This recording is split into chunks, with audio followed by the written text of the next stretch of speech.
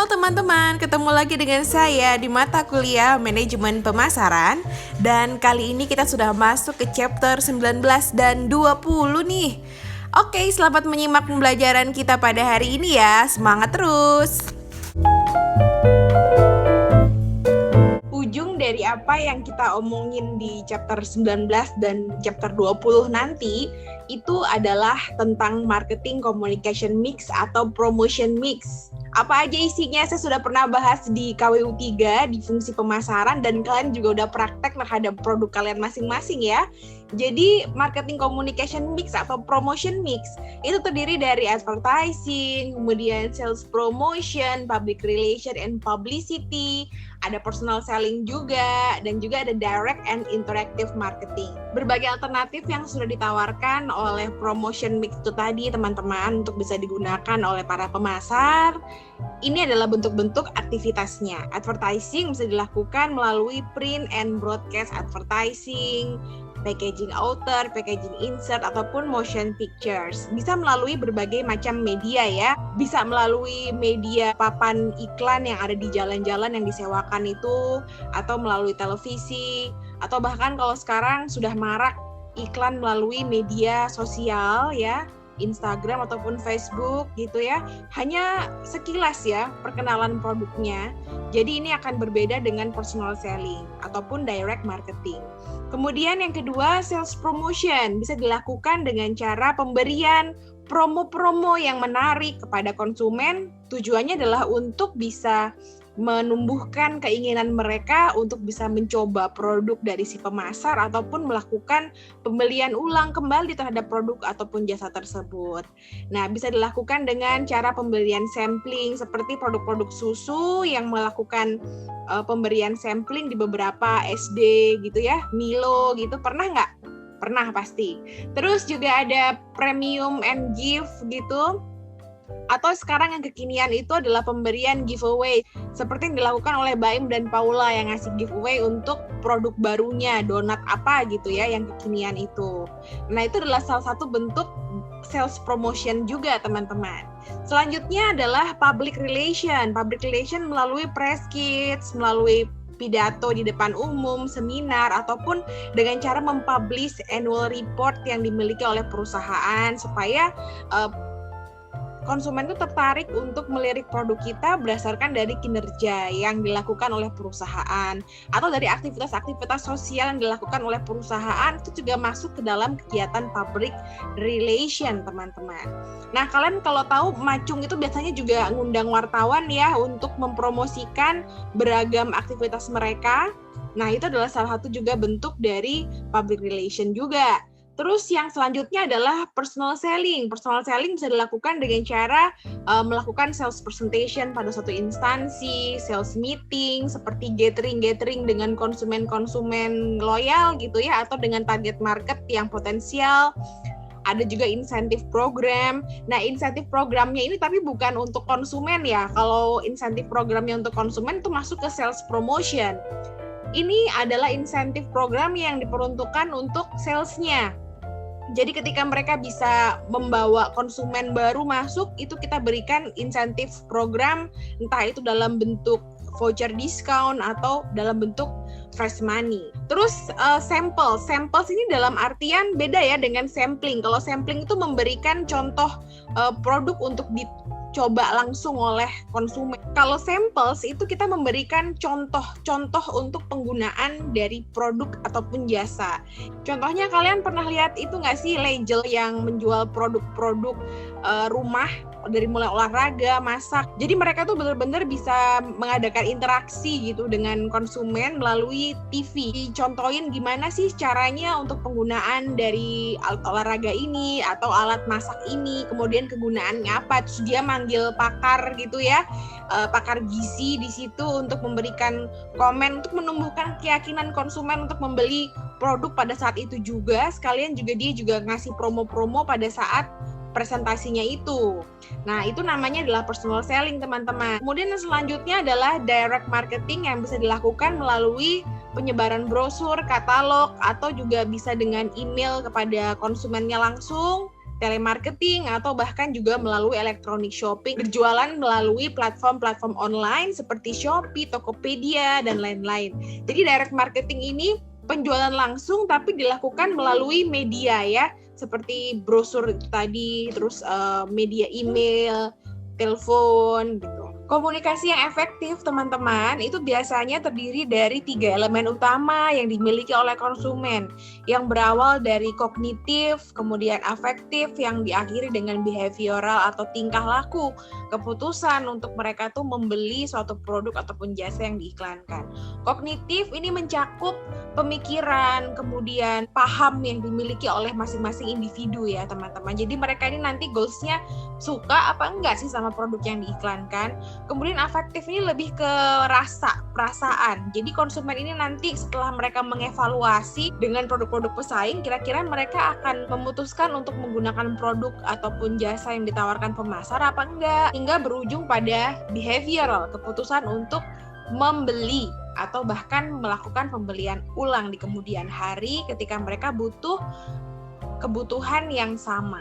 Nah, 3 elemen ini itu ada pada respon hierarki model. Kita lihat ya, respon hierarki model itu ada beberapa model, ada 4. Ada AIDA model, hierarchy of effect model, innovation adoption model, dan juga communication model. Masing-masing model ini, teman-teman, semuanya terdiri dari 3 tahapan utama sebelum konsumen ini melakukan pembelian, mulai dari cognitive states, affective states, maupun behavior states. Untuk AIDA model itu cognitive states-nya adalah attention atau perhatian, affective states-nya adalah interest dan juga desire, ketertarikan dan juga hasrat konsumen untuk melakukan pembelian. Behavior states-nya adalah tindakan untuk melakukan pembelian atau transaksi. Terus yang kedua adalah hierarchy of effect model, di mana cognitive states-nya adalah kesadaran konsumen akan suatu brand tertentu dan juga knowledge-nya mereka itu seperti apa terhadap produk ataupun jasa yang diiklankan. Sehingga affective states-nya di sini akan bisa mengacu pada liking, suka atau tidak konsumen pada produknya, preference, dan juga conviction. Sehingga akhirnya akan berakhir pada purchasing. Jadi mereka ini akan beli apa enggak sih kira-kira gitu. Kemudian yang ketiga adalah innovation adoption model, di mana cognitive states-nya itu terdiri dari awareness, kemudian masuk ke affective states, akan berujung pada interest dan juga evaluasi terhadap beberapa produk yang diterima oleh konsumen melalui iklan gitu ya. Dan akhirnya konsumen ini akan tertarik untuk melakukan trial terhadap produk atau jasa yang diiklankan, dan akhirnya mereka melakukan pembelian secara terus-menerus atau adoption. Yang terakhir adalah communication model, di mana di sini cognitive states-nya terdiri dari exposure, itu rangsangan awal gitu ya teman-teman, yang akan berujung pada penerimaan konsumen. Konsumen bisa nerima nggak sih terhadap produk yang diiklankan ini, kira-kira bisa masuk ke pemikiran mereka apa enggak, sehingga mereka nanti akan mengeluarkan cognitive respon gitu. Jadi kalau mereka bisa menerimanya dalam pikiran mereka, maka mereka akan melanjutkan ke attitude atau dan juga intention untuk melakukan pembelian terhadap produk ataupun jasa yang diiklankan tersebut. Nah, tapi lazimnya kebanyakan yang dipakai itu adalah AIDA model dalam penelitian. Coba deh, kalau kalian penasaran, kalian bisa coba cari jurnal tentang efektivitas iklan. Sebagian besar itu pakainya AIDA model. Karena AIDA model ini lebih simple ya, teman-teman, untuk pengukuran efektivitasnya menggunakan attention, interest, desire, dan juga action.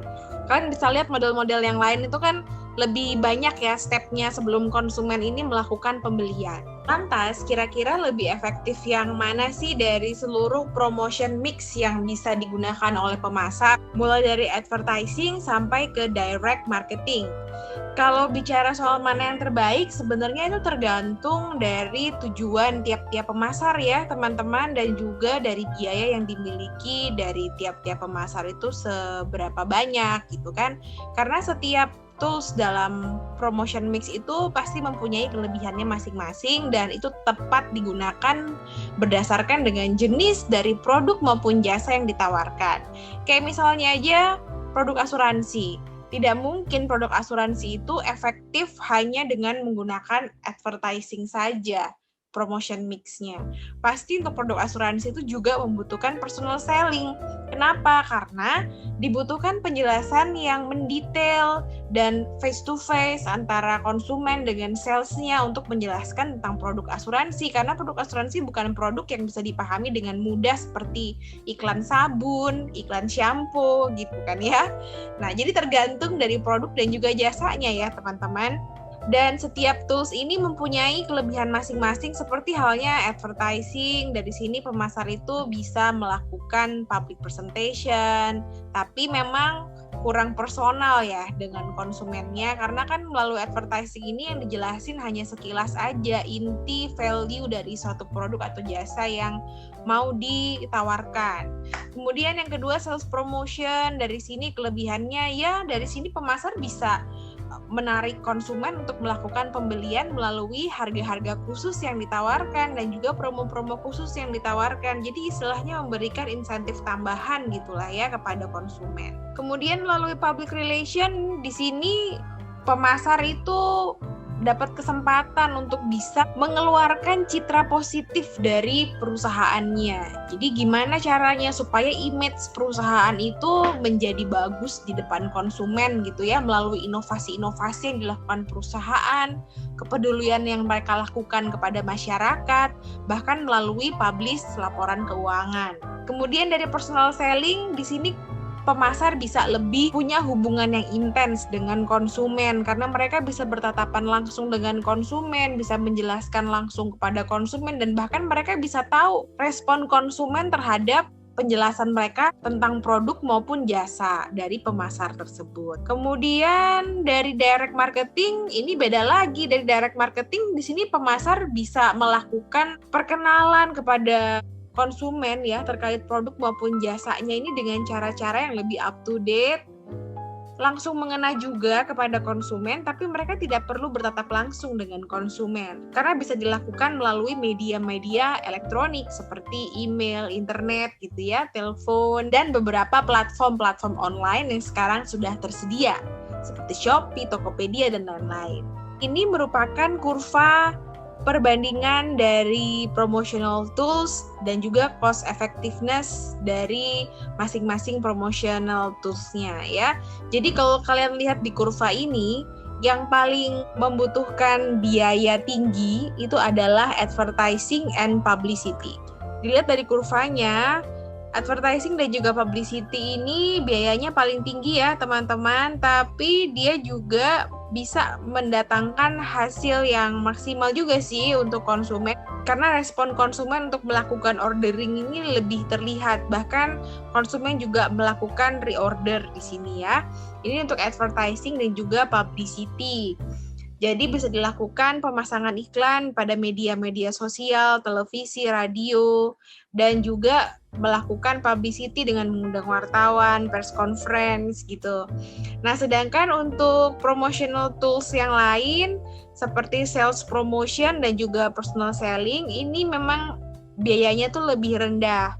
Biaya yang dibutuhkan lebih rendah, namun dia bisa mendatangkan order yang cukup tinggi buat pemasar karena sebenarnya secara personal kita akan lebih mudah untuk bisa mempengaruhi keputusan pembelian konsumen kalau bertatap muka karena bisa langsung menyentuh rasa emosional dari konsumen tersebut. Kemudian yang selanjutnya adalah sales promotion melalui program-program promosi.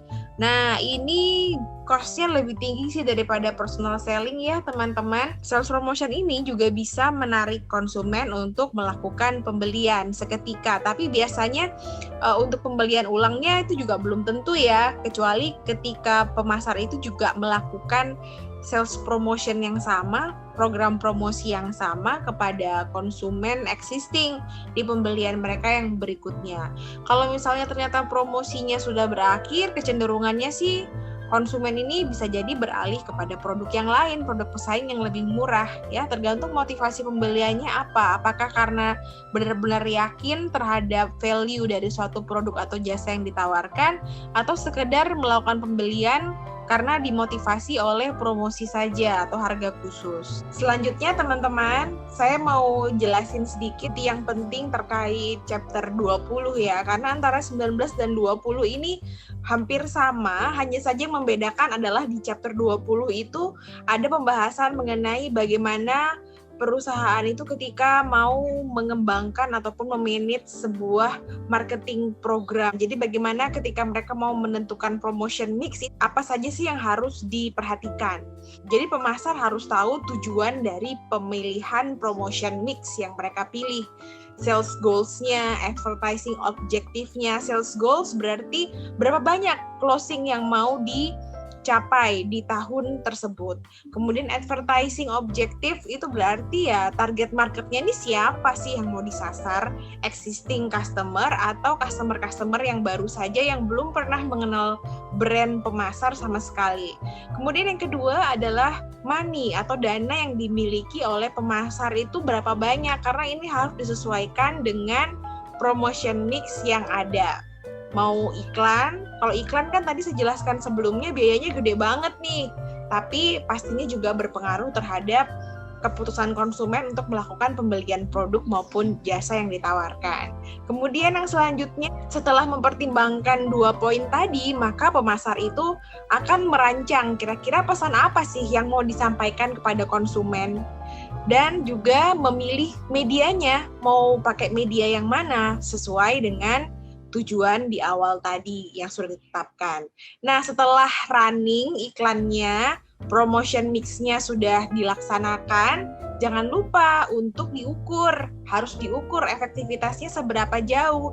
Jadi untuk memastikan apakah biaya yang sudah dikeluarkan, dana yang sudah dikeluarkan oleh pemasar itu melalui promotion mix yang dipilih sudah efektif untuk meningkatkan penjualan terhadap produk maupun jasa yang diiklankan. Nah, nanti untuk skripsi kalian bisa pilih satu topik ini juga, banyak yang meneliti tentang ini, melihat seberapa efektif iklan dari suatu produk tertentu yang sedang viral. Di dalam menentukan tujuan dari pemasangan iklan, pemasar ini harus tahu dulu kira-kira mereka itu mau pasang iklan untuk tujuan apa, teman-teman? Untuk tujuan memberikan informasi kah? Untuk tujuan memunculkan ketertarikan konsumen membeli produk? Atau sekedar mengingatkan brand yang sudah ada sebelumnya? Atau hanya sekedar penguatan sifatnya? Informatif biasanya digunakan pada iklan-iklan yang digunakan oleh lembaga-lembaga masyarakat ya. Anjuran untuk selalu melakukan 3M selama masa pandemi, menggunakan hand sanitizer yang dilakukan oleh iklan Sahaja, tahu ya, produk antiseptik Sahaja. Dan masih banyak lagi. Kalau reinforcement yang tujuannya penguatan itu biasanya digunakan untuk produk-produk yang posisinya tuh udah kuat, teman-teman, yang brandnya itu sudah kuat di mata masyarakat. Seperti yang dilakukan oleh Emal. Atau kalian pernah nggak sih tahun 2015 itu lihat iklan hit obat nyamuk? Ya, jadi HIT itu melindungi seperti seorang ibu yang melindungi keluarganya. Nah, itu ada. Coba kalian searching di YouTube. Itu adalah contoh iklan penguatan. Nah, terkait promotion mix, nanti di dalam chapter 20 itu nanti kalau kalian mau baca, ada beberapa action-action nyata yang bisa dilakukan oleh pemasar dalam melakukan advertising, sales promotion, sampai dengan direct marketing.